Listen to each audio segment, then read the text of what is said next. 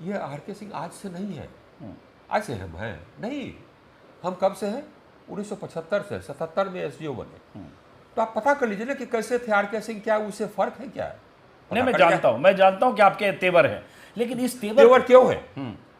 तेवर तभी रहता है जबकि आदमी का दामन साफ रहता है, तभी तेवर रहता है। लेकिन गुस्सा तभी रहता है जबकि देखता है कि लूट हो रहा है, नहीं तो जो भ्रष्ट आदमी गुस्सा कहां से करेगा? हाँ, ये बात सही करें, लेकिन इतना तेवर के साथ आर.के. सिंह साहब इतने दिन तो चल गए। वही पूछना चाह रहा हूं कि 7 साल ऊर्जा मंत्री रह के उस सरकार में कैसे रह गए जहां मंत्रियों के लिए stand up on the bench जैसी हैसियत होती है मोदी जी के सामने।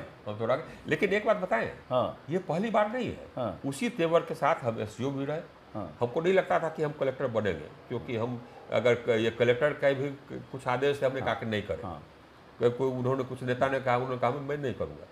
कलेक्टर से कमिश्नर, ये कलेक्टर थे तो कमिश्नर कुछ भी कुछ आदेश उन्होंने कहा हमने नहीं करें, या मुख्यमंत्री ने कहा, कमिश्नर ने कहा मैं नहीं करूँ, बदल दो जो। ऐसे ही मंत्री का आदेश नहीं माना, मंत्री का हुक्का पानी बंद कर, भ्रष्ट मंत्री का हुक्का पानी बंद कर चुके हैं। नहीं मालूम, आपको मालूम है कि नहीं? या मालूम हो जाएगा, पूछ लीजिएगा कि हम यहाँ प्रधान सचिव थे तब क्या था।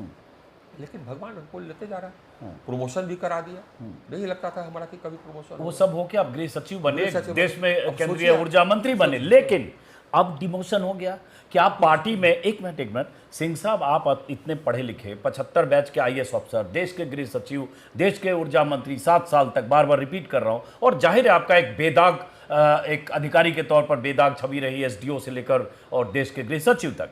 लेकिन सवाल ये उठता है, वो आर.के. सिंह घर में बैठे हैं और जिस सम्राट चौधरी के लिए आप बोलते रहे, वो उनके लिए अमित शाह मोदी प्रचार कर रहे हैं, सारे नेताओं का प्रचार हो रहा है, और आप इतना बड़ा 64,000 करोड़ का घोटाला हो गया, सीबीआई जांच हो, ये सब कह के भी आप घर ही में बैठे हैं, आपको कोई बीजेपी वाले नहीं पूछ रहे।